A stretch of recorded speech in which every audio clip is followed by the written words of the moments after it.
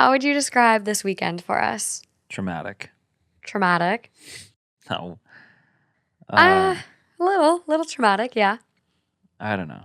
It just felt like we did the same thing about 10 times, but still made a lot of progress somehow. Yeah. So today's theme fits very well with our weekend. Rough road, but happy ending. Okay. I don't know if it was a rough road, but It was rough. You guys, you will see it soon, but we've created a new podcast space that is not my bedroom. And so I'm just like happy to have my room back. And like, there's like this moment where it's like, this is what you see is like Instagram. And then what I see in the rest of my room is reality. And I actually took a picture while Justin was setting up, and I'll put it in the YouTube because my room is horrendous and I'm ready to have it back and clean and not a podcast space. So very excited to show you our new space soon.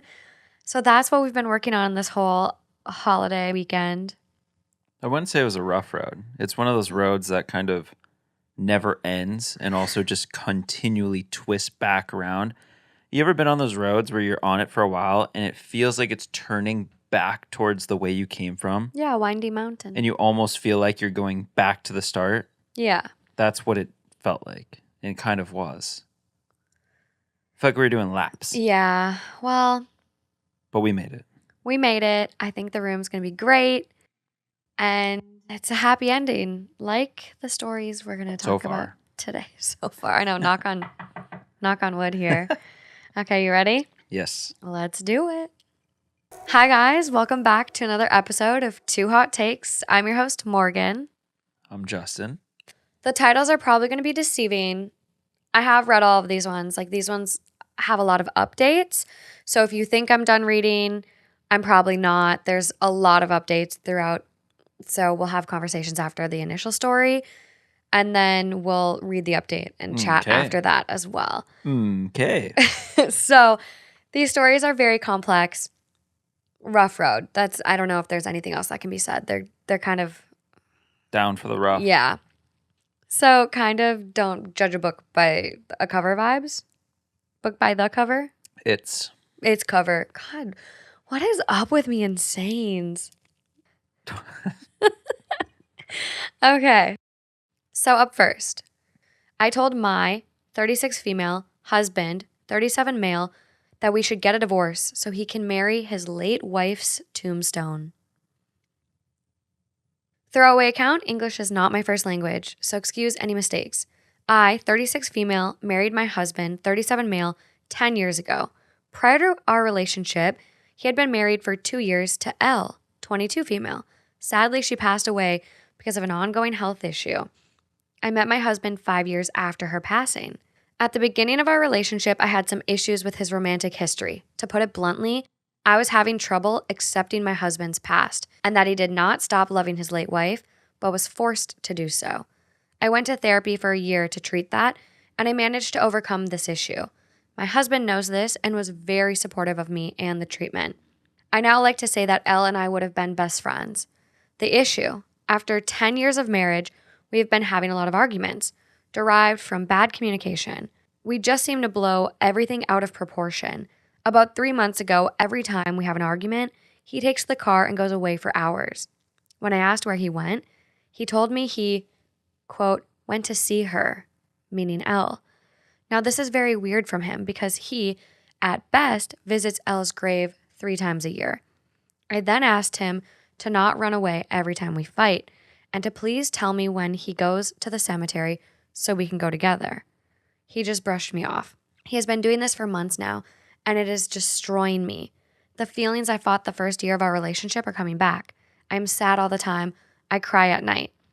But my husband just keeps going away for hours. At this point, I think he is doing it out of spite more than anything else. Yesterday, I reached my limit. We fought over freaking trash. That's how petty our arguments are. He took the car at 4 p.m., returned at 11 p.m. I was waiting for him at the dining room. The convo went like this. Where were you? I visited her again. I've told you multiple times about how your actions hurt me, and you continue to do them. You can't stop me from going. Well, we can get a divorce. That way, you can marry Elle's tombstone, being that you care more about it than our marriage. I could see the shock in his face when I said that. I apologized immediately, but I think he did not hear me. I saw how he started crying. He has been locked in his office since yesterday, and he refuses to come out. I feel like the biggest asshole ever. What I said was a low blow and something horrible. I attacked him where I knew he was going to hurt, but at the same time, a part of me thinks that what he is feeling right now is just a fraction of what he has put me through for months. I literally made a vow to Elle the day I got engaged. I told her, quote, "You can take care of him from heaven and I will take care of him from here on earth." I broke that vow. Is there anything I can do to salvage this relationship? Oh, wow. Okay. I didn't know you were done. There's a brief edit though that, I kind of want to talk before the edit. okay. Um, my gut reaction is that he's not doing it out of spite. Yeah. I think he probably has a lot of emotional turmoil inside, and there's some comfort in going there and seeing her or visiting her. Yeah. And I also understand the perspective because I can imagine what it's like to, like, if I had met you and you had gone through this and then you were doing this, I can see her side. I can see his side. I understand, like, it's just, it's super messy, Yeah. rough. It's super rough road. But I don't think he's doing it out of spite. No. And I think it's also very cool that she went and had the therapy to come to peace with it and be like, oh, I'd probably, I'd be best friends with her. Yeah, that takes a big person to do that. Right. Because, again, me as that person, that would be very hard to get to. I think the comments kind of just out of the blue, wild, but at the same time, you hit your breaking point. So it's just very hard because he's probably going through some crazy shit still. I mean, I can't imagine. I think about, like, it's been about 15 years since the passing. Right. Which I get. The story feels very familiar to others, but I feel like if this happened, like if I lost you in that way, I would be the same way because at the same time you're trying to, move on so you can have somewhat of a normal life going forward, which I feel like the other person would want. And it's just hard. I feel like we see it in movies. I feel like this is a common thing where if you lose someone that way, it's hard to move on because you're still technically in love with them. I mean, it never ended. There was nothing to crush that. Yeah. And so you're sitting there trying to move on. And yes, you can find someone and have feelings for them. But I just can't imagine that. It's not even you never move on past that person. Well, it's not a breakup. It's right. not. But you're not. I don't think you're comparing. I think you can love a second person and not move on, but move on with a different relationship. But I don't know how you come to terms with that and then not have it affect. I don't know. Yeah. I just think it's really messy. I'm trying to put it all together. It's a lot. I think one thing I really have appreciated, like since starting this podcast, as like the community and like getting so many other takes after we post these stories. So it kind of reminds me of the one where the wife threw away the spouse's deceased wife's pictures because she couldn't handle that he loved someone before her. Mm-hmm. And this person's different. They're the bigger person. They went to therapy. They tackled, this insecurity. They've come to this, conclusion. But a lot of people on that YouTube were like, this is why I'm a widow and I only was going to date widows. This is why my mom remarried and she only was, going to marry someone that was also a widow. Because then those two people understand that loss. Mm-hmm. And like, you're never going to feel insecure or jealous because you also went through that. So you know that person's feelings. However, life is life. You love who you love. And if you limited your dating pool at 36 to only widows, it might be very small. Or 26. He was 26 at the time or whatever. So The edit I was going to say, a Redditor told me to put this in the post. 3 months ago, we found out that I am pregnant after 8 years of trying. He has been visibly stressed out and reactive since the discovery, even though we both wished for a baby. That's very triggering. Yeah. I mean, it's very hard in her position. It just seems like he's not very settled.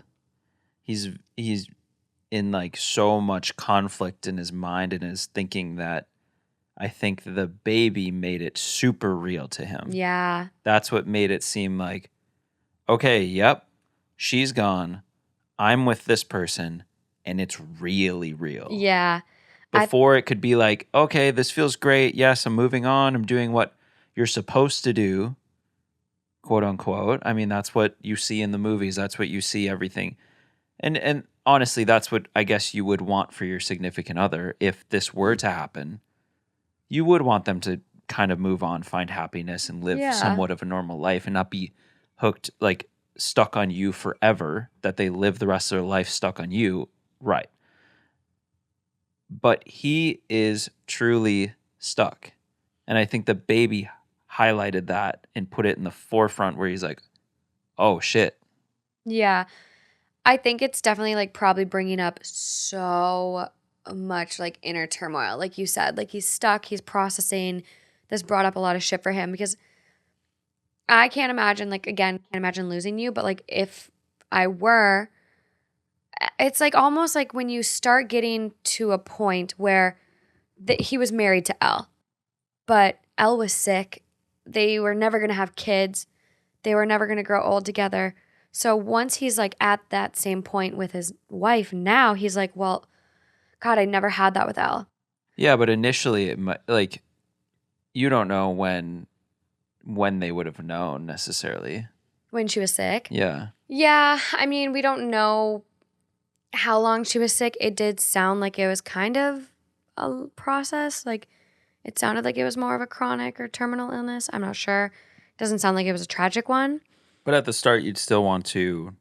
At the start, you're still, when you fall in love with someone enough to go in and say, let's get married, let's do all these things, in your head, you're going to be like, oh, I'd love to raise a family. I would love to do all these things. Like, it's like with. Unless they decided they didn't want kids, though.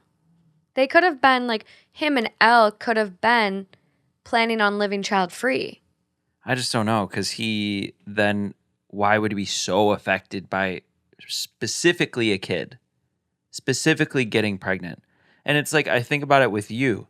I think when you're with someone and you're in a serious relationship, you almost have like this bucket list of things in your head where it's like, I have so many things I want to go do with you. I have so many places I want to take you. I have so many things I want to experience with you.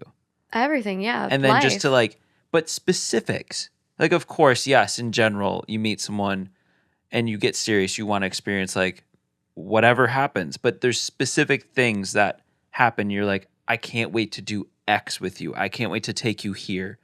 I can't wait to show you this. Mm-hmm. And that then is stripped. So yeah, I mean, it's the biggest loss ever. It's earth shattering. It's just, I can't imagine. The baby is being very destructive in his mental health and his mind and his relationship in life. So for the update, hello everyone. My previous post was locked and removed, but I wanted to update everyone who kindly commented and left advice under the post. Before the update, I wanted to clarify something. I was only jealous of Elle the first year of our relationship, but as I said, I worked through it in therapy. Throughout my relationship with my husband, I've hosted dinners in her honor, ordered embellishments for her grave, pushed my husband to reconnect with his former in-laws, and I even placed her in my altar of Dia de Muertos alongside my family members. I consider her a friend, even if I never met her. The update. We agreed on a temporary separation, since we still don't know how we are going to co-parent and stuff like that. Shortly after my post, he came out of his office. I made us both dinner, and we talked for what feels like the first time in months. First, I apologized for what I had said, but I told him that the point still stands. I then asked him if he truly goes and sits at her grave for hours. He said that he does not. Turns out that he sits at her grave for an hour at max and then goes on a tour around the city, visiting their favorite places. He goes to restaurants and asks for her favorite dishes, drives around her favorite spots in the city. I then asked why. Why was he doing it now? That we found out I was pregnant after so much trying. He said that he could not avoid thinking about what it would have been like to raise a child with Elle, and about how many things he missed experiencing with her. He did say that he did not regret our relationship, which makes it better, I guess. I also asked him if I failed him in any way. Was I a bad wife, a bad friend? Did I fail to fulfill his needs? He said that I just wasn't her. Honestly, I think I'd rather have someone punch me than him telling me that. Finally, I asked him when he is starting therapy. He responded that very soon, because he wanted to be a good father. I said, fine, because I don't want someone around my child who grieves an imaginary child and an imaginary life when he has a living and breathing family. That's all, I think. He moved out to his parents' house the same night. His mother did call me to tell me that she and my father-in-law chewed him out for what he did. I thanked them and told them that I am still very interested in them having a relationship with my child, and they should not pay for their son's mistakes. I also visited Elle. I apologized for breaking my vow, but that I hope that she is able to watch over my husband and to help him through his therapy. I want to thank everyone who helped me realize my mistakes and how I was neglecting myself. You were all very helpful, and I owe you a lot. Not the traditional happy ending. I get we all would have wanted he's realized that Elle is gone. We're together. We're very excited about the baby. But I think it's a happy ending in the sense that now it's all out in the open. He's going to go to therapy. He's going to work on himself. And she's going to take better care of herself too, because it sounds like she's been neglecting herself by dealing with all of this, and being pregnant's fucking hard. I don't think he's truly realized Ella's gone though, in the truest sense, because you wouldn't say you're just not her, because she is gone. And You're never going to be her. It's very unfair to tell someone that you're unlike someone else, that was perfect in their eyes, because you're two different people. But what I do think is, at the same time, these two are taking very mature and calculated steps to end up with a happy ending, a happy future. Yeah. And I don't think it's over for them. No, and I think just there's going to be little jabs here and there. She had a little comment here, he had that comment there, but I think those are not tiny, but those are emotional outlets that are natural and very human. But they're both still, at the same time, no one's throwing up their hands and saying, well, just go be with her then, or like whatever. They're not ending it. They're both taking steps to try and not only resolve this with a kid on the horizon, but resolve it for the two of them. It seems like going through this, and if they successfully can follow this path and get through this process, I think they can be very happy together. Because yes, she will never be Elle, but Elle is no longer here. Yeah. And she's could be the right person for this time now. And he, through therapy and through time, can realize that and make that decision for himself. She is a champ, and I think she's a keeper for sure. Well, and I think with what you've kind of said too, you can't compare them at all. It's apples to oranges. They're two different people. And also, like, it's almost like two separate lives. Like, your life that, for this guy, the life that he had with Elle, it's a different life. Yes, it's cut short. It's not probably the life he would have anticipated or maybe even wanted for himself, but that future doesn't exist anymore. Yep. That future, as sad as it is stomped out, gone, eradicated. And so, like OP said, like, I don't want someone that's mourning an imaginary life and an imaginary child, because that doesn't exist anymore. His life is with this person. He's been with them for 10 years. There's no other future but either with this person or without them and co-parenting. Well, and she's been more than accepting, more than Yeah. reasonable, more than she even goes as far as to almost have a personal relationship with Elle. Putting someone on your altar for Dia de los Muertos, like that is literally, and I'm so sorry if I fucking butchered that, but pan de muerto is like my favorite fucking food. I'm just gonna say that right now. So if anyone's got good recipes, throw them my way. Besides the fucking point. But like to put someone on your altar next to family members, that's big. Well, that shows her, that's representative of her love for this guy Yes. Yes. and how much The she wants to sacrifice, help the him love. through this and then be a great partner for him going forward. Yeah. Yeah, I have a feeling like based on the comment too of him being like, you're just not her.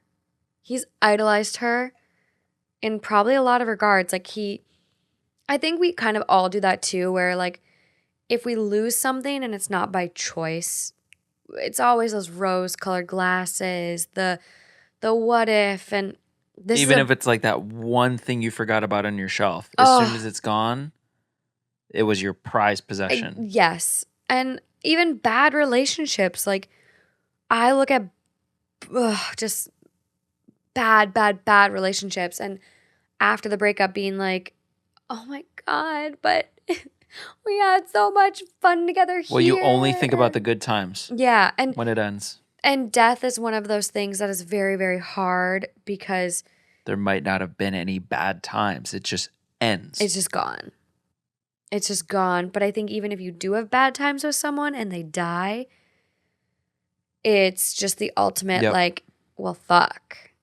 I still could have had good times. It's just like death is hard. Death is so hard. So this is the ultimate like, this is tough.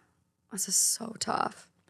But it seems like they're taking the steps to get to a happy place. Yes, I agree with that. I think they're giving themselves the chance at a future. I think him going to his parents' house might be a reality check for him. It might be the check that he needs. But it's better than saying, I can't do this anymore and leaving. Yeah. It's actually a step to say, hey, I care about this. I care about you. I care about this future with you and our child. Exactly. And so I need this space to figure it out.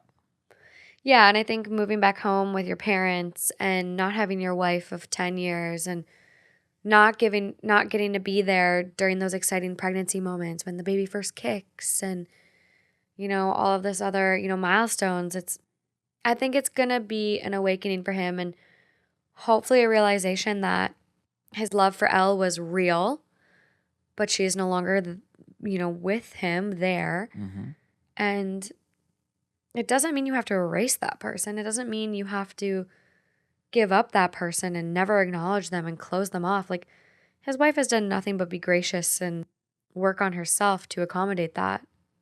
So hopefully this will be the wake-up call he needs. Otherwise, she has now realized, by the sounds of the update, that she deserves better. She knows that now. Yeah. And so, she's going to take care of herself. And worst case, which I don't think is the worst case, like she's going to co-parent with him. And they're going to be two equally great parents. And she's going to find someone that puts her first and not a ghost. But I think this is like a happy ending in the sense I still where have a good feeling about it. I do. I don't think they're done. I've been saying I don't think they're done. I think living at mom and dad's house is going to be an awakening for him and have him really realize what he has. Because once she's gone too, like Elle is gone. Yeah. Gone. Yeah. But then once OP is gone, he's going to be like, wait, wow, I did have it really great. I do love my wife. Wow. Like, he's probably gotten too comfortable and too complacent. It'll be okay. Okay, on to the next. Yes. Let me grab my trusty computer. Where'd that come from? I don't know, the fucking tequila. It's like we're on David Copperfield. Oh my God, imagine. So up next, proposals. Proposals. Does that scare you? Does that make you nervous? No. I see it on Instagram every goddamn day. Oh my gosh, same. And I hear it from my mother every day. When are you and Justin getting married? Yeah, I hear it from her too. We get it at all angles. All angles. It's like the first thing. Instead of being like, hey, how are you guys? It's like, when are you getting When are you proposing to my daughter? married? Yeah, so we know about the pressure to get married.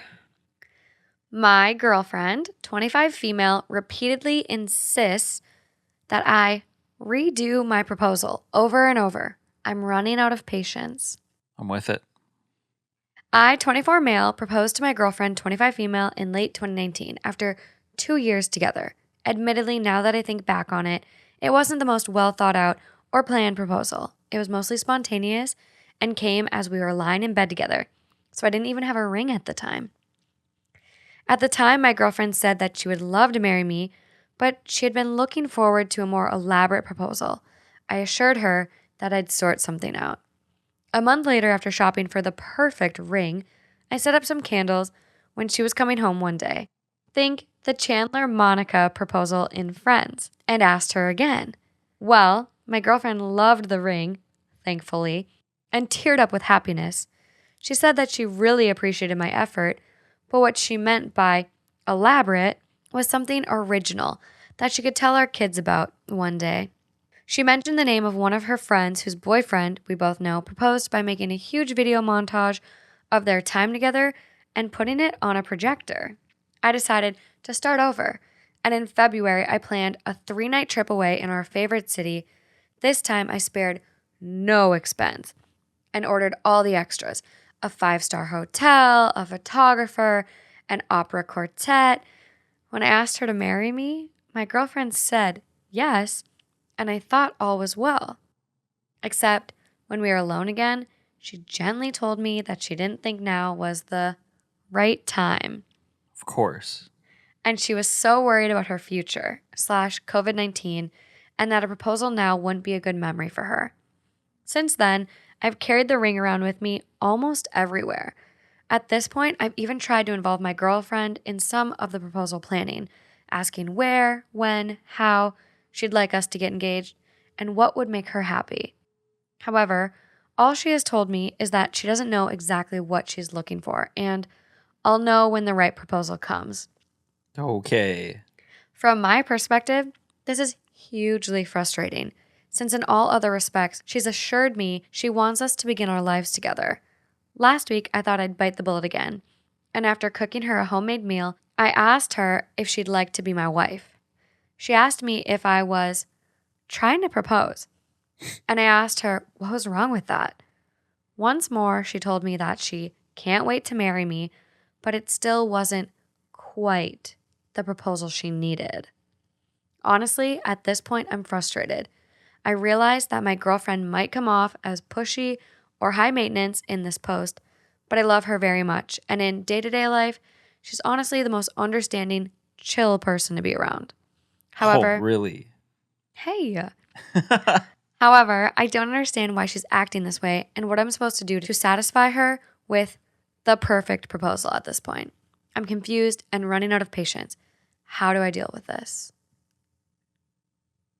Okay, does she want to get married? Can she not wait? I don't know.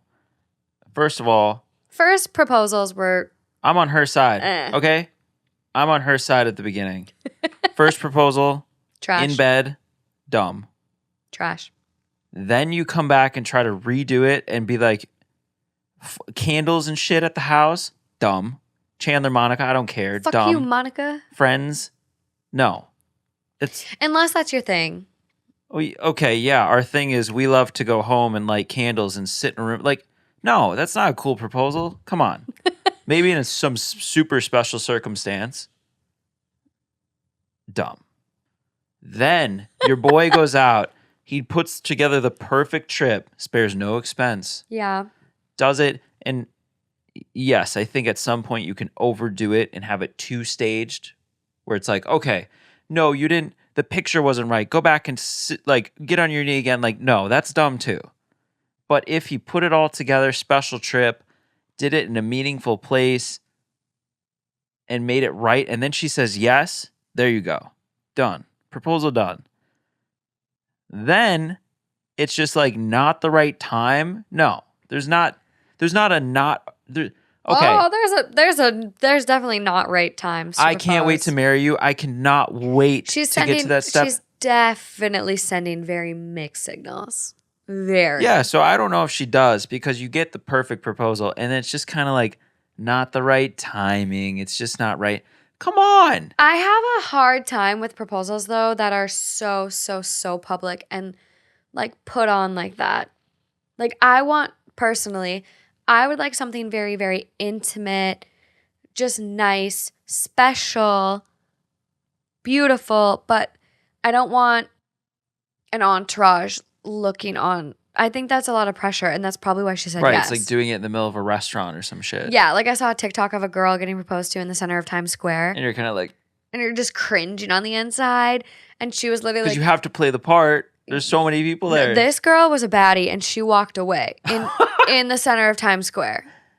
And it's like, don't propose in a public space where people feel pressure to say yes. Well, in Times Square, dumb. That's dumb. No, Times Square would be really. What's the meaning of Times Square besides a place that everyone goes when they go to New York, which I don't understand? Well, you lived there. It's different for you. Ugh. Times Square is incredible for millions of people. Just a bunch of billboards, advertisements. But it's a big metropolitan I get area. that. Like, I get it. It's so special. I love Times Square. I think Times Square is really cool. I'm not hating on Times Square for itself. I'm hating on Times Square for proposals. Come on. But for some people, it might be magical. Just read the room. That's like going to Minnesota and going to the biggest ball of yarn or whatever the dumb thing is and being like, I'm going to propose here because it's a cool place. But for someone, that might be it. Well, if your relationship was founded on yarn. I'm just saying, like, read the room. Like, clearly this guy is not reading the room. He's not getting what his girlfriend wants. And it's not the right time. It's blah, blah, blah, blah. I'm getting frustrated. Fucking talk to her. Yeah, but then it becomes less fun because it's like, oh, let's plan at 2 p.m. on this Saturday. We're going to go to this place. And right when we get to the top. Some people hate surprises and have anxiety, Justin. But at some point, there's got to be some sort of like, oh my God, yes, like, yes, this is happening. That's not going to happen if it's like, let's plan out all the steps. That's like some Kardashian shit. Well, I think at this point, after the 4-string opera, whatever, string quartet, I would have been like, you know what, babe? That was a little showy. That is very showy. Like, I still, like, I want it intimate, but I want a photographer in the bushes, just so you know. But I do think after that, I would have said, you know what? I love you. I've made my intentions very clear, very clear.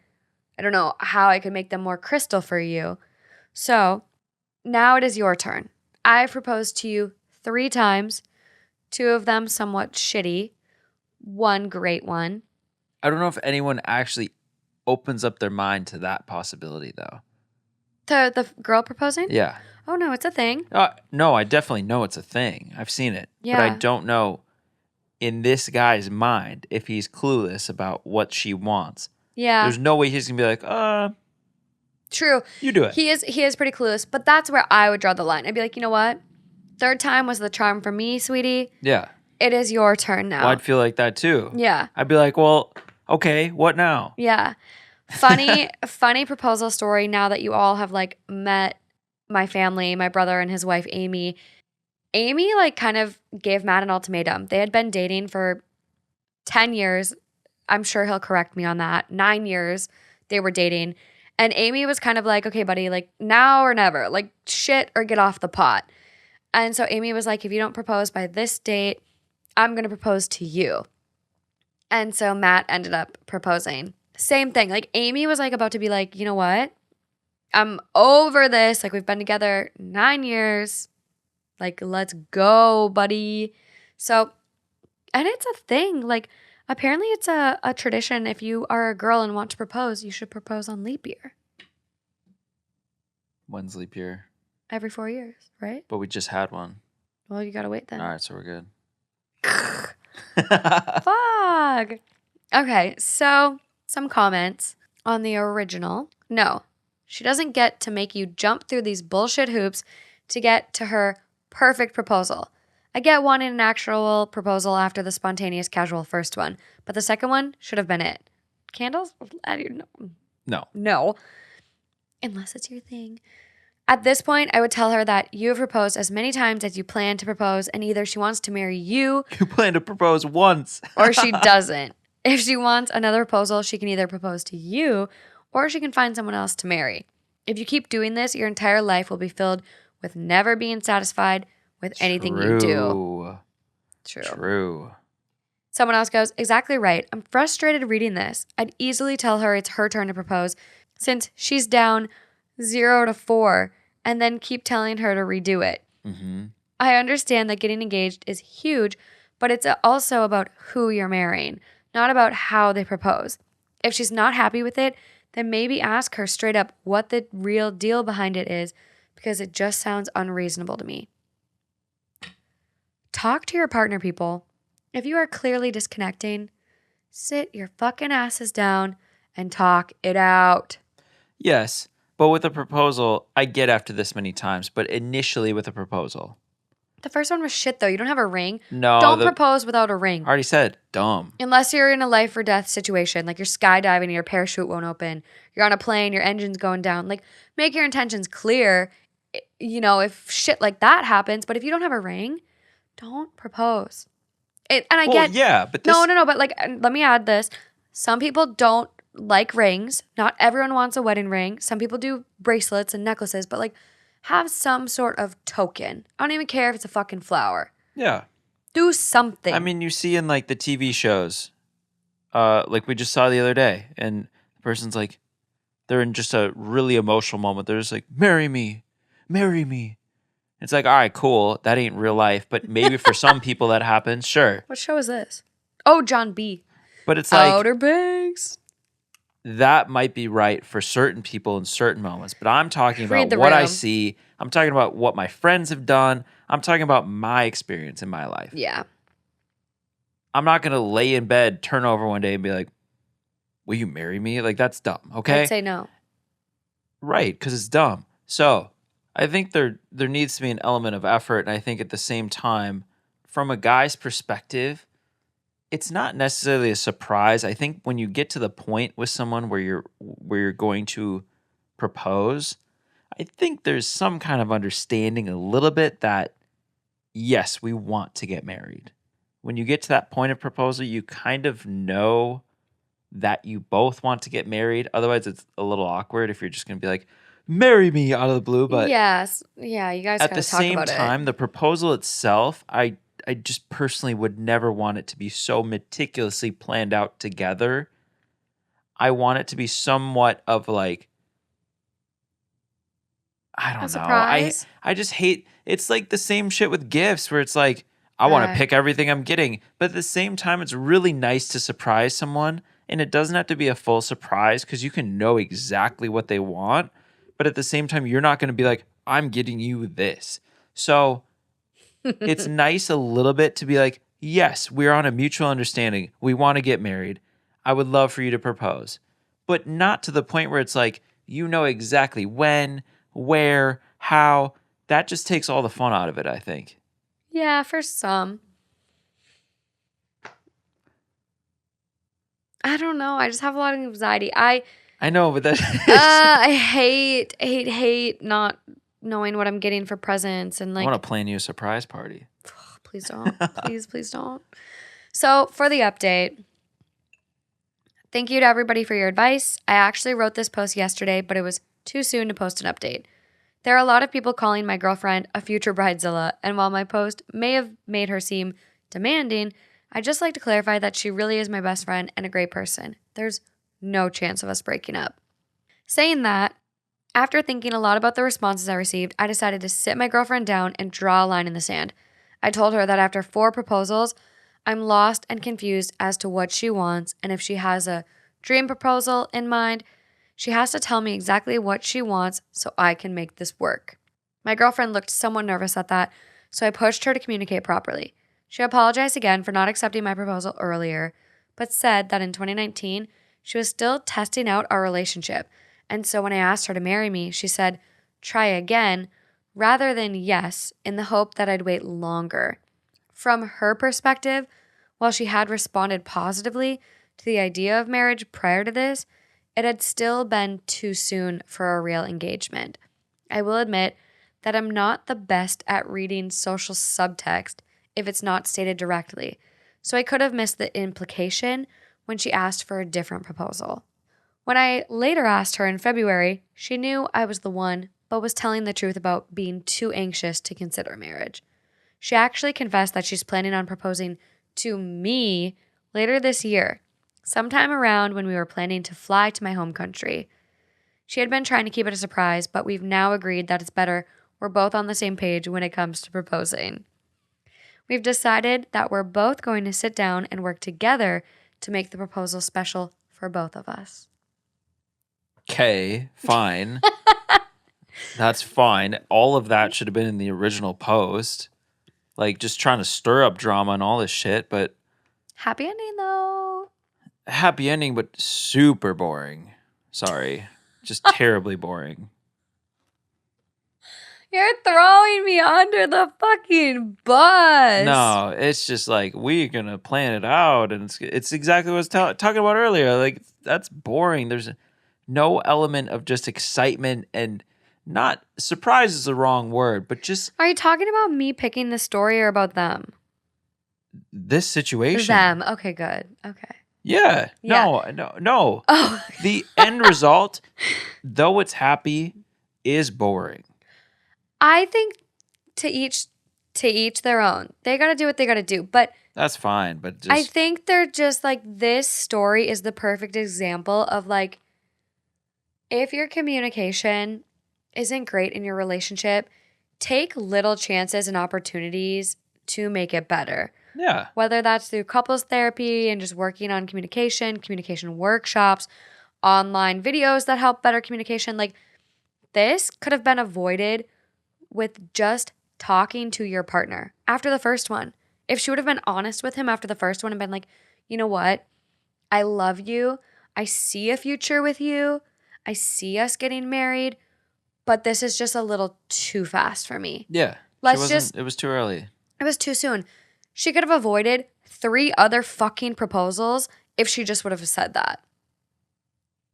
Communicate with your partners. Yeah. Like, that's what this one comes down to. It's also hard, though, because it's not that easy with these types of situations to communicate that clearly. Yeah, because proposals are supposed to be surprises. Well, and they're just supposed to be, they're not, I just feel like they're not supposed to be so meticulously planned. No. But it just seems like you, in her position at that time, you wouldn't. And at his position in that time, you wouldn't.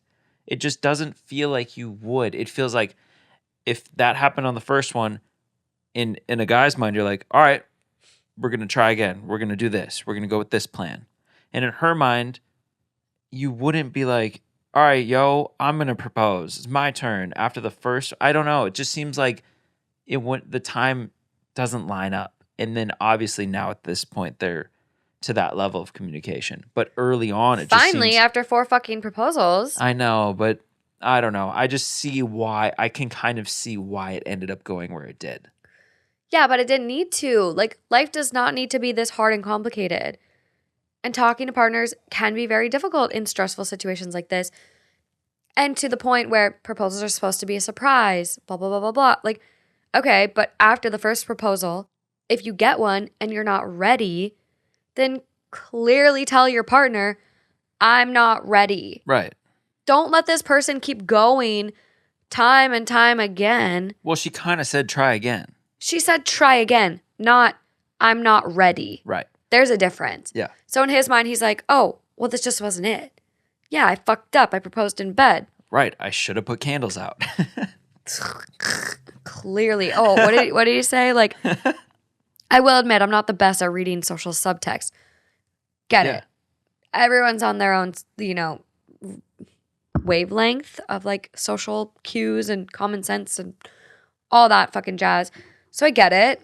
And reading people's inner messages is hard. And I will say, I don't think this girl was sending any signals. Like, I don't think he was bad at reading a social subtext because I don't think she was giving any fucking cues, clues, anything. Like, she fucked up. She should have said, I'm not ready. Yeah. So happy ending. They'll now have a nice proposal that they plan together. I want pictures. I'm very frustrated by them. I'm very happy they figured it out and sorted it at the end of the day, but just talk to your fucking partner. I think that's one thing I always I kind of think about where I'm like, if you can let someone put a dick inside you or peg you or use toys on you, you should be able to openly communicate with them. Very graphic. I have to be inclusive. Yeah, but those things aren't exclusive to relationships. Not everyone has physical intimacy.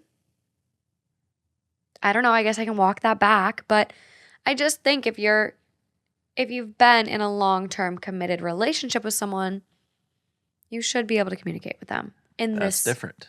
regard. Yes, that makes more sense. Yeah. So, this one. This one is very intense, and I had multiple people send it to me. So, I will just say that. Am I the asshole for straightening my daughter's hair without my wife's permission? I, male 32, have a 4-year-old daughter. Let's call her Gracie. Gracie is half black, her mother, female 31, being African American. Her mother overall handled all of Gracie's hair care and taught me how to do simple styles, but even those simple styles were difficult. My wife ended up going on vacation with her friends to celebrate her friend's birthday, and my mother came over to visit. I hadn't done Gracie's hair in a few days, so it became nappy and unmanageable. When I tried to comb her hair, the comb broke. My mother said that I should get my daughter a perm so her hair would be more manageable, so I took her to a salon and got it permed. My wife got home, and when she saw our daughter, she was livid. She screamed at me and then at my mother for even suggesting that, but I think she was overreacting because it's just hair. Then she brought up our wedding. My mother had tried to get my wife to straighten her hair for the wedding, but my wife refused because she wanted her natural hair on her wedding day so she could be as natural as possible. My mother often comments on my wife's and daughter's hair, and I agree with my mother. But now my wife's telling me that perms chemically burn and damage hair to change the texture, and that I damaged our daughter's hair. Now she's thinking of getting our daughter's hair cut so her hair can heal from the damages. But I still think she's overreacting. Besides, I don't want my daughter's hair to be cut. She looks so cute now. Am I the asshole for straightening my daughter's hair without my wife's permission, even though Gracie is my daughter too? I first want to preface this we are two white individuals. I do not even feel qualified to talk about all of the cultural context and significance behind, Black, African American, or mixed individuals and their hair. And I cannot imagine the struggle, the heartbreak, the everything that individuals with hair like this, textured hair, natural hair, have gone through. So it was sent in by so many people, and it is a story, and I will do my best to give my take on this, and you as well. You're kind soul. So that being said, let's get into it.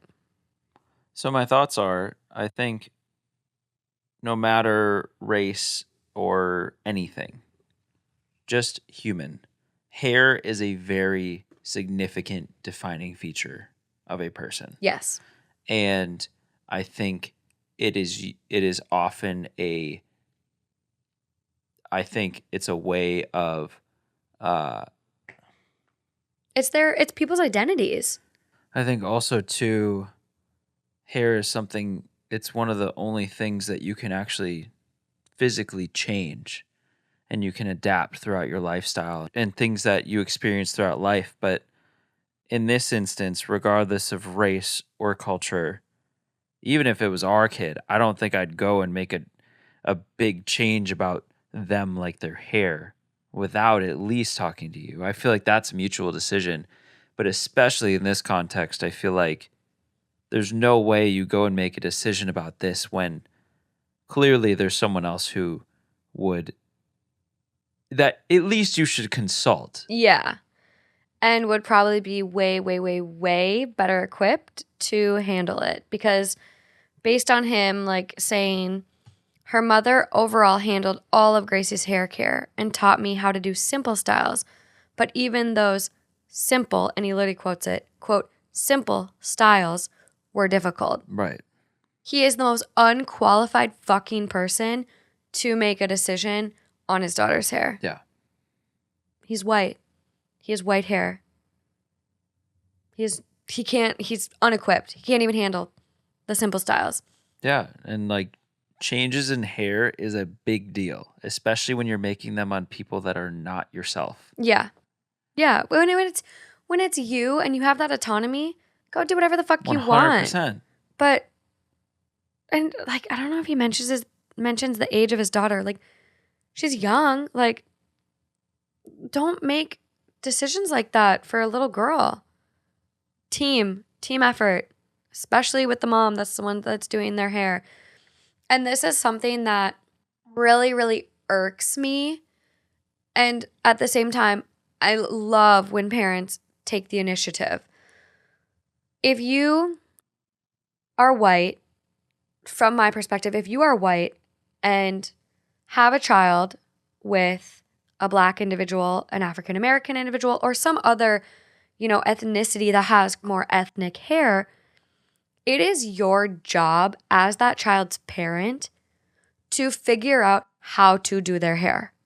Him saying, oh, I can't do their hair, I can't do her hair, the simple styles are too difficult. Yeah. That's fucked up. You are dropping the ball as that little person's parent. That's on you as a parent. And it goes in any way. If you're a mom, you should learn how to do your child's hair. And there are so many great resources on YouTube. You can go to a salon and offer, women that have the same hair in a barbershop or a salon to teach you. There's courses in some cities that I've seen. Like, it is on your job as a parent to learn how to do that child's hair, your child's hair. So for him to be like, no, I can't do the simple ones. Fuck you. And then to go do this without the mom's permission, big fuck you. Yeah. From under the instruction of someone else who probably even knows less. And this is where there are so many.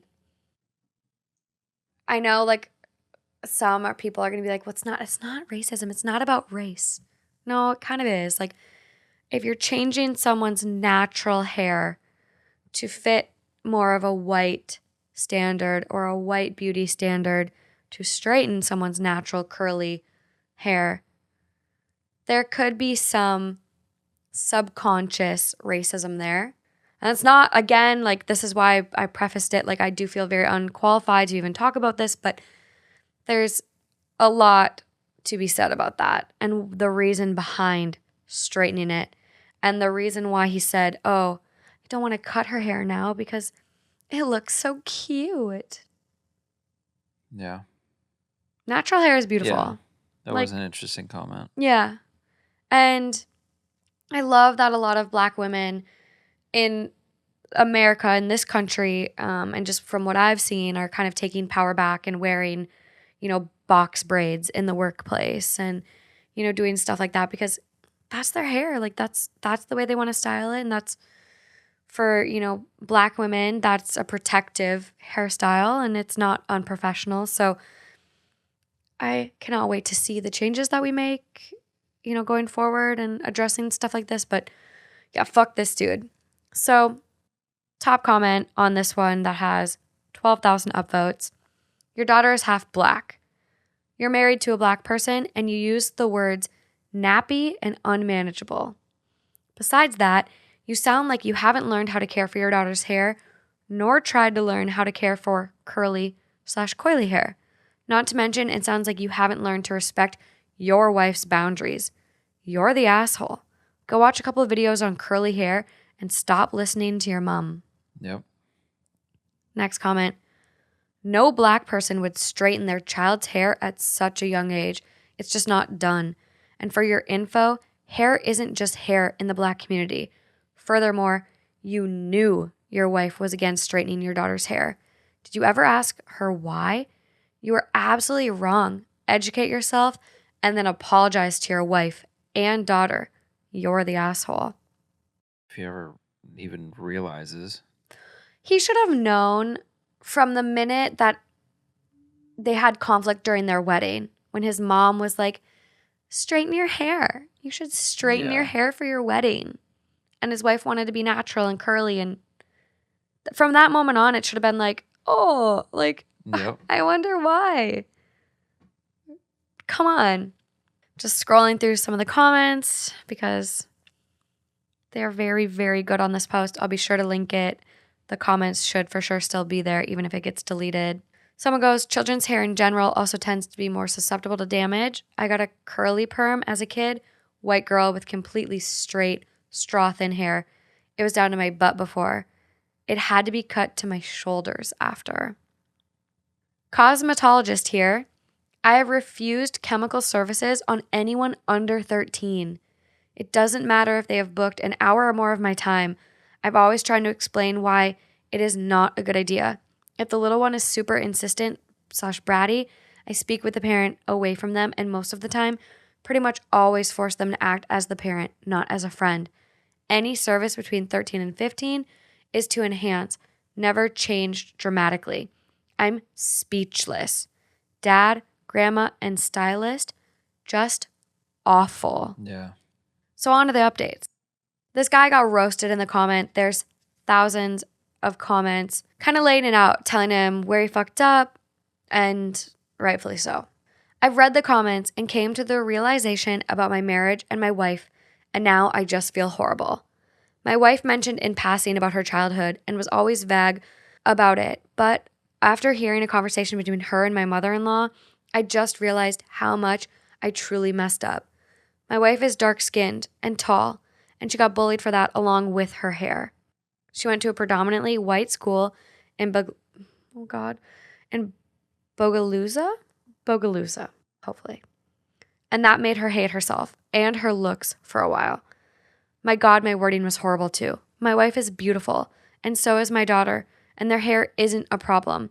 I'm the problem, and so is my mother. After hearing my wife's conversations about me and my mother, I realized that my mother's a bully and I'm just a drone/follower. My mother constantly picked on my wife and I just stood by and blindly agreed because she's my mom. But that woman who I am married to is my wife and I should have protected her from my own ignorance and my mother's ignorance. I took something she took pride in and belittled it. I was too lazy to learn and took my mother's advice. Hell, my mother said so many cruel things that I didn't think twice of until reading these comments. She'd always make sure my daughter didn't play outside when she'd go over her house because she didn't want her to be darker, like her mother. And that comment made me uncomfortable, but I took it as a weird joke. I'm cutting my mother off and I'm going to apologize to my wife and daughter and start watching hair tutorials again. I'm also going to sign up for a hair braiding class when the pandemic has slowed. God, I'm a horrible husband and father. When my wife is willing to talk to me, I won't force her. I'll apologize, and if she wants to leave me over this, it'll hurt like hell, but I'll understand. I've just pushed her to the sidelines for so long and couldn't even see it. I am the asshole. The biggest asshole here. There's way more edits, and it goes on, which I will get to, but first edit, wow. Like, wow, big realization. Mm-hmm. That's why Reddit's a beautiful thing. I know. I mean, that's what you'd hope to come from after a significant time in therapy is you'd hope for someone to come to this type of realization. And it's honestly pretty great that he went to Reddit. Yeah. Made the post and then cared so much about the responses because I think we've seen people that post these stories and they get the feedback that they're not wanting, and then Yeah. they're just still ignorant to it, and And they they just say, delete it. oh yeah, you're just, nobody knows, everyone's just against me. For someone to take that and actually really understand it and Yeah. really make a change is very cool. I agree. I think he wholeheartedly went into this being like, I'm not in the wrong. Like, she's overreacting. Haha. It's just hair. So the fact he's updating people still, multiple edits, and Yeah. didn't just delete, crazy. So, edit number 2, I just got off the phone with my mother. My wife listened in on the call. I didn't realize she was in the living room with me until she put her hand on my shoulder during the call. My mother is, well, livid. She freaked out on me and threatened to call CPS when I told her I didn't want her coming around my wife and daughter, and refused to even try to understand what we did wrong. CPS. Then I mentioned the damage that the perm could cause to my daughter. I read a small article by a Black-owned hair care company about childhood perm horror stories, along with the history behind perms, and I'm just disgusted with myself and my mother. And my mother said my wife was being a drama queen. When I told her my daughter might need a haircut, she flipped out and said, quote, I won't let my granddaughter look like a bull dyke. And I was mortified. Wow. She said she'd take my daughter from me and my wife and raise her the way God intended. That caused a screaming match. My wife put her hand on my shoulder in the midst of it and took the phone from me and told my mother if she comes to our home again, the police will be called. And then she hung up. I put our baby to bed and then we talked. My daughter and wife are beautiful, and I don't understand how, for the life of me, I thought those horrible things. Maybe it was like that SNL sketch, Diet Racism, hearing those things from your parent and just blindly listening no matter how horrible it sounds. My wife is still mad at me, rightfully so, but she told me she isn't leaving me over this. She said I have a lot to learn and that if I want this relationship to last, I need to open my eyes and realize that the world I live in is different from the one she lives in, and that different from the world our daughter lives in. Yep. I'm horrified at myself and horrified at my mother. My father called a few moments ago, but I ignored the call. I'll talk to him in the morning about this. Thank you all for talking some sense into me, and I thank my wife for staying with me even though she doesn't have to. Tomorrow we are asking our baby girl if she wants a haircut. Knowing her, she'll want to get one, like her uncle. He has these cool designs shaved into his head. If she wants that, she can have that. She's my world, and I refuse to ever be this ignorant and harmful to her again. Final edit. My wife and I arranged for our daughter to spend the night at my mother-in-law's house, and couples therapy will be in the near future. The comment section have certainly given me many perspectives of how horrible my words and actions were. I won't be doing any more replies or edits because this is a throwaway account. I think that's the right term for this. My mother has called the house multiple times from my sister's phone. My sister is 25 and lives for drama, so now the whole family's on my mother's side and is blowing at my phone with many mixed opinions, most of which are horrible. It's funny, the only family member whose opinion reflects this comment section's common consensus is the one who was disowned a few months ago. Well, actually, that's not funny. Shows how messed up my family is. Yeah.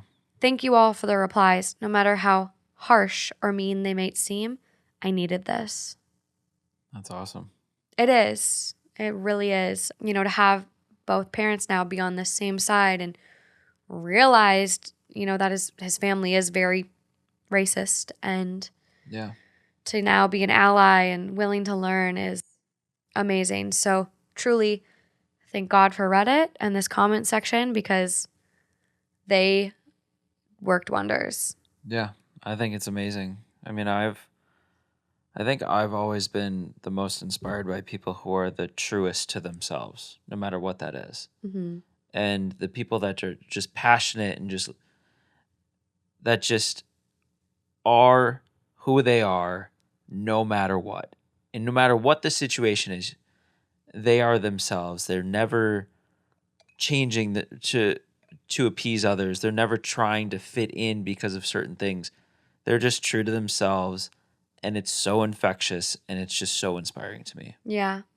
And I love the fact that this child is now at the age where they can start to make those decisions and they can start to have that power over themselves to say, yeah, I want to go get this kind of haircut. I want to go do this. Yeah. And I just love that. I think that's so cool. And I think that'd be so cool as a parent, regardless of race or any of the situations. I just think those situations are very cool. It's very fun.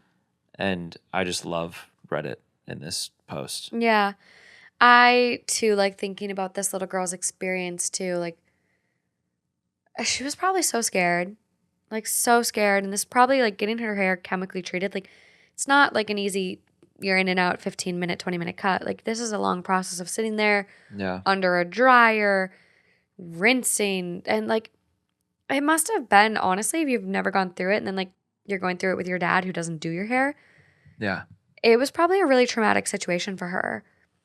So to then have that autonomy to do the designs, like her uncle, like it's making the best out of such a bad situation. So Yeah.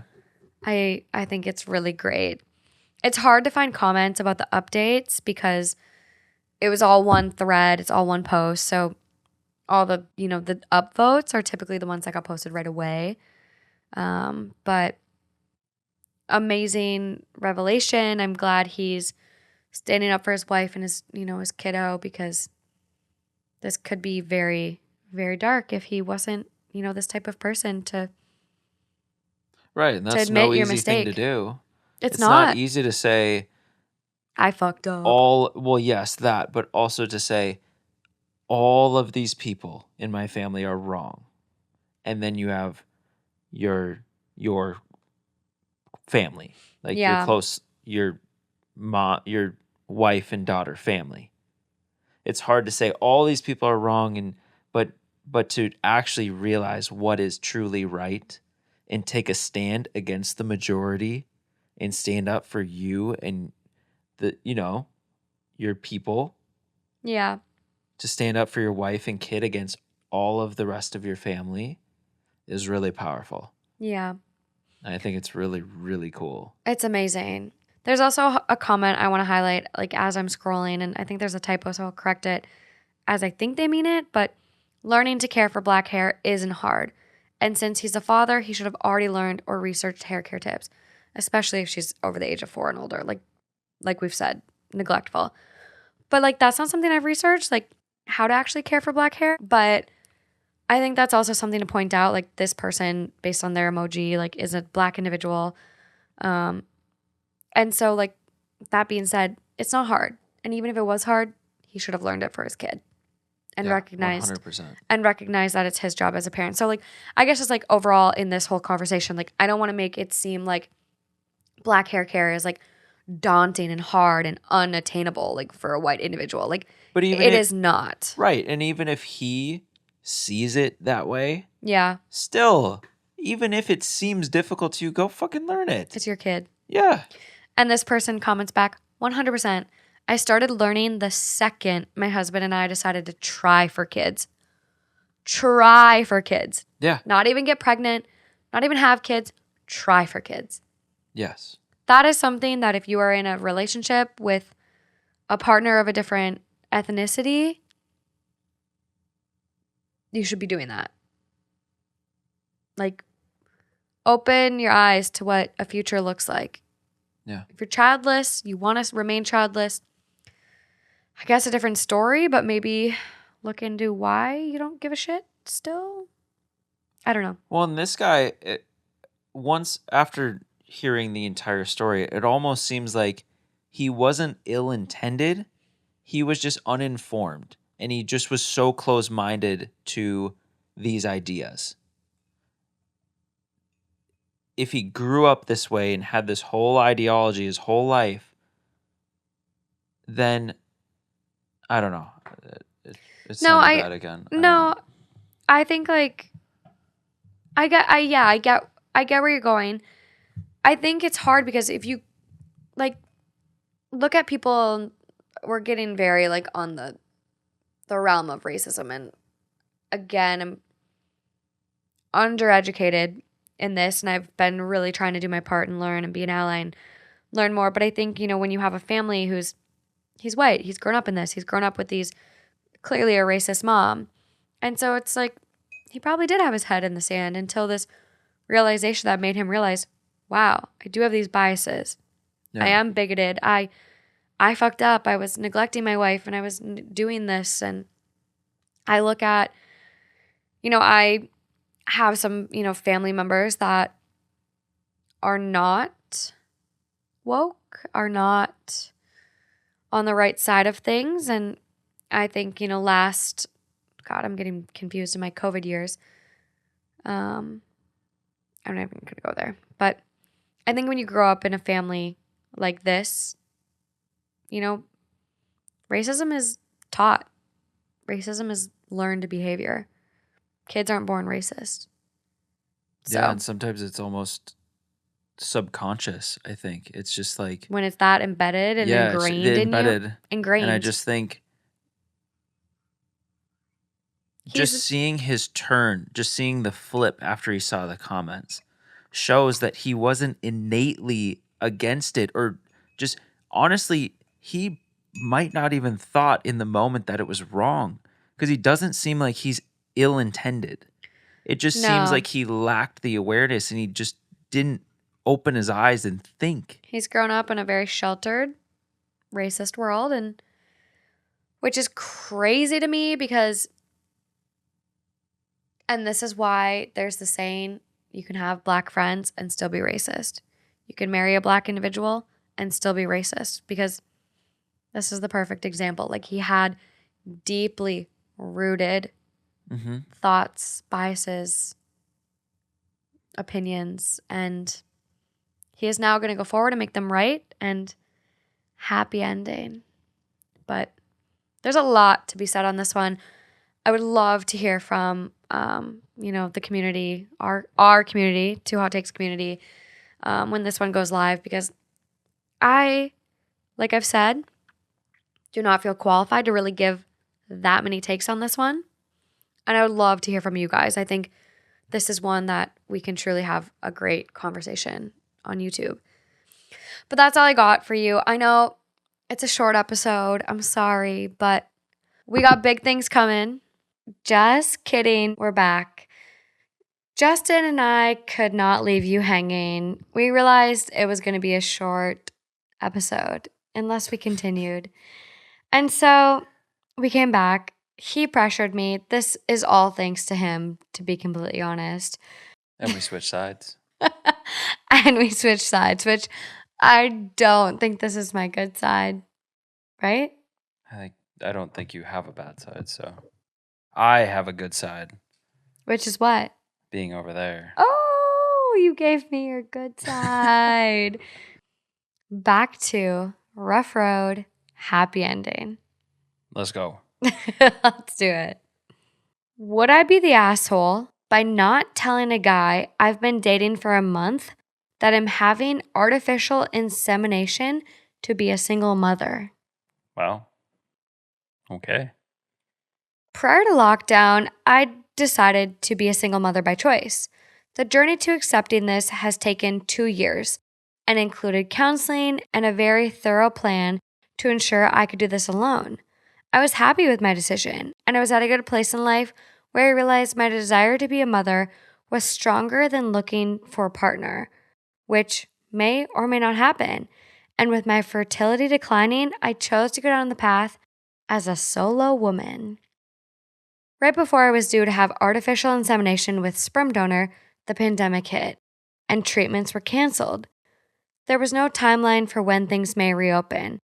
For a few days, I was devastated as I was so mentally prepared for this, and then I picked myself up and decided to park my plan. After all, I didn't have a choice. I downloaded a dating app out of curiosity and figured that I could still chat to guys and see what happened without any expectation, really. I've been talking with a guy, let's call him G, and it's only been a month or so. So, very early stage. However, we've met up twice with a third meeting planned, spoken many times on the phone, and I get a really good feeling from him. For the first time in years, quite frankly, I feel emotionally connected with a man, and it feels completely natural and promising. During this time, my clinic called me to say they've had approval to open and do I wish to go ahead this month with my treatment. I want to be a mother more than ever, so I said yes. And I'm now on medication with my appointment set for next week. While there's no guarantee I'll get pregnant on the first go, I have a conflict in my mind about informing G of my plan. On the one hand, it's at such an early stage of our romance without yet being anything committed that I feel like I'm bringing something up prematurely. On the other hand, I wonder what may happen as time goes on. Am I just delaying the inevitable? Is it deceptive of me not to inform him of anything so fundamental in my life? A friend told me that I'd sabotage a potential relationship with him by telling him of this plan right now, and that a man who is really into me will accept me even if I'm pregnant, and that more time is needed for him to really get to know me. But in my mind, I'm wondering if it will piss him off by suddenly saying, quote, "Hey, I'm pregnant, by the way." We've spoken loosely about wanting kids in the future, so I know he'd like a family, but it was a brief passing comment. I'm also not willing to wait to get into a long-term relationship, and we are far too early to be thinking about a family together. Would I be the asshole by keeping quiet about the plan for now? I think it's a very tricky situation Oh my God. because There's movies about this shit.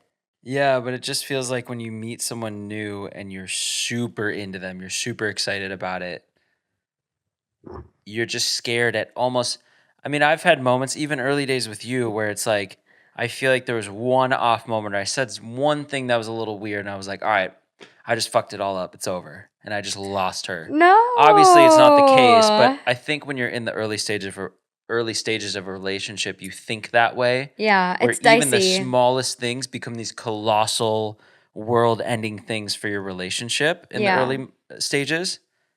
In this case, though, there's nothing against this. I think it's amazing. I think she made an awesome choice, and that's an incredible undertaking that she's going to go forward with. To choose to be a single parent is a lot of work. That's amazing. She truly wants that child. Well, and that's awesome. That's her choice, and she wants to do So it. in- And so she's like, "Yep, I'm in. incredible. Let's go." That's dope. So incredible. With that being said, though, if you're willing to go ahead and make that choice and do that, I think you have to own it to the point where you have to share it because it is going to be a problem down the road. It's almost like a lie when you haven't told something and then all of a sudden it comes out of the blue.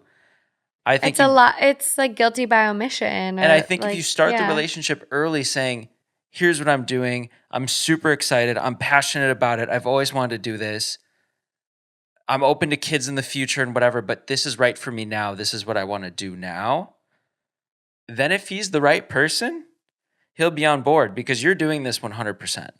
Yeah. And if he's not about it and then you just like wait until he's really hooked in and then drop it on him last minute, that's unfair. it just doesn't feel right. No, that's deceptive. And I think there are so many, so many great people out there that if you are a single parent, there's people out there that want that. There's people that are open to dating a single parent. But to go into it deceptively, like you said, that's where it's unfair. And I look at this person where, yeah, they got bored and they were going to go date and go on this app. That's fine. Everything you did is fine. You're not in the wrong. But you instantly become the asshole the minute you get deceptive and the minute you start lying because you want this child. You are going out of your way to get artificially inseminated and be a single parent. Yeah. And if you're not willing to own that choice for yourself, you're an asshole. Well, and honestly, his opinion at the end of the day is irrelevant. It It's your is. choice. You're going into it saying, this is what I want to do. So you got to say it on the front end because if he's like, oh, like I'm not about that, then see ya. He doesn't You're not the right deserve one. you. He's not the right one.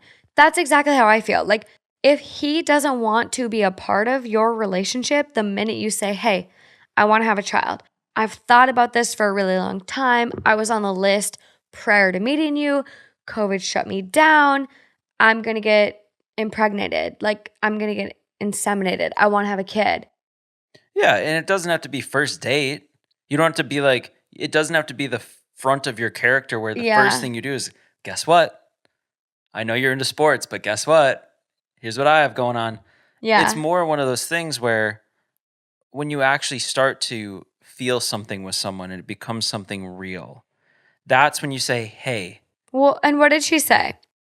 So I didn't read this one. I wanted to come back with this second half of Rough Road, and I just went on Reddit looking for updates on the relationship / am I the asshole thread.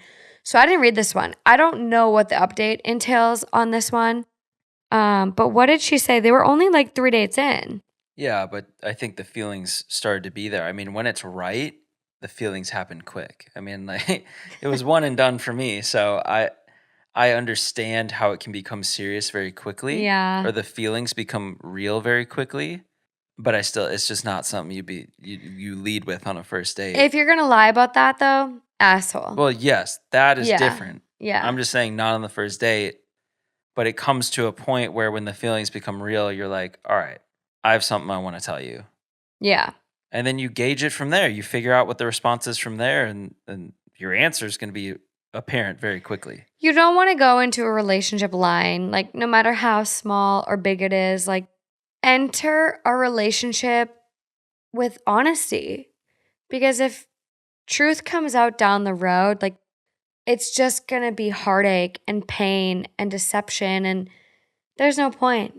This is a fucking J-Lo movie. What's the J-Lo movie where she like, this is like literally the same plot? I'm not good with the movies. Oh, I know. I know you're not. But this is a J-Lo movie where J-Lo like wants a baby. She's tired of being single. She gets knocked up with artificial insemination and then meets the guy of her Look it up. dreams. Okay. J-Lo artificial insemination movie. It's called The Backup Plan, and it's a great movie. But J-Lo goes down the same road, and J-Lo is honest with her mans, and he sticks by her. Well, and that's the thing too. I was thinking if you do come out and tell him right now, and he's like, "Oh my God, that's awesome, that's amazing," you're gonna be so much more into it. It's gonna strengthen your relationship. It's just gonna be like a It's fairy everything. tale. It's a fairy tale.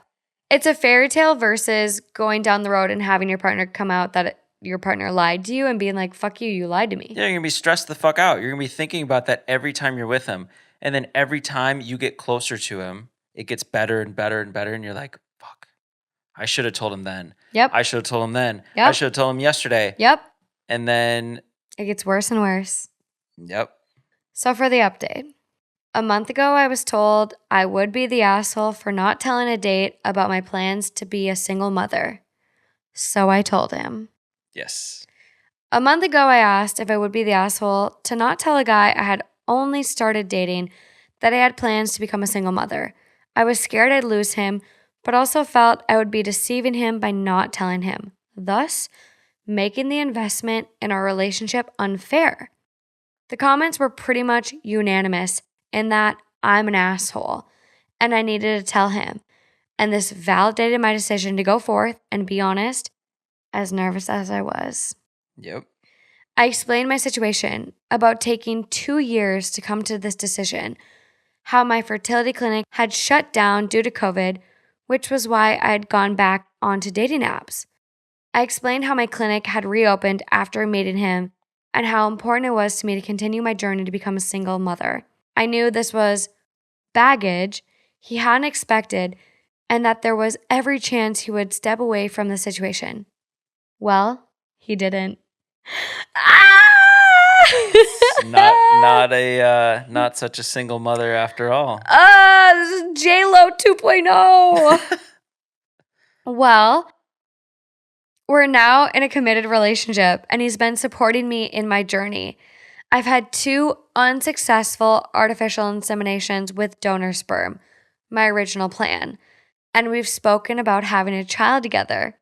As early on as it may seem, he told me my honesty made him consider his own future and how he really wants a family someday, and how he has admiration for me for being honest about my situation and how he wants to help me fulfill my desires to be a mother, whether with him or with a sperm donor.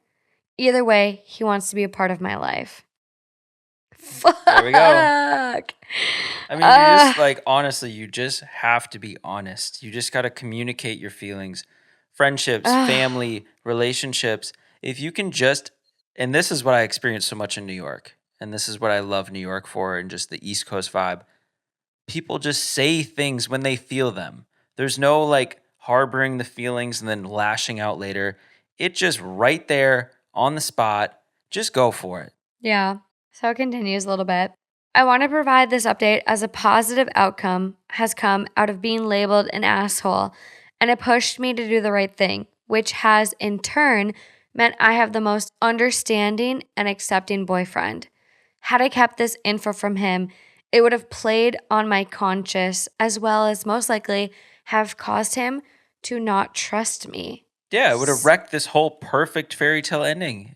So thank you. Edit. Gosh, I didn't think this post would blow up in this way.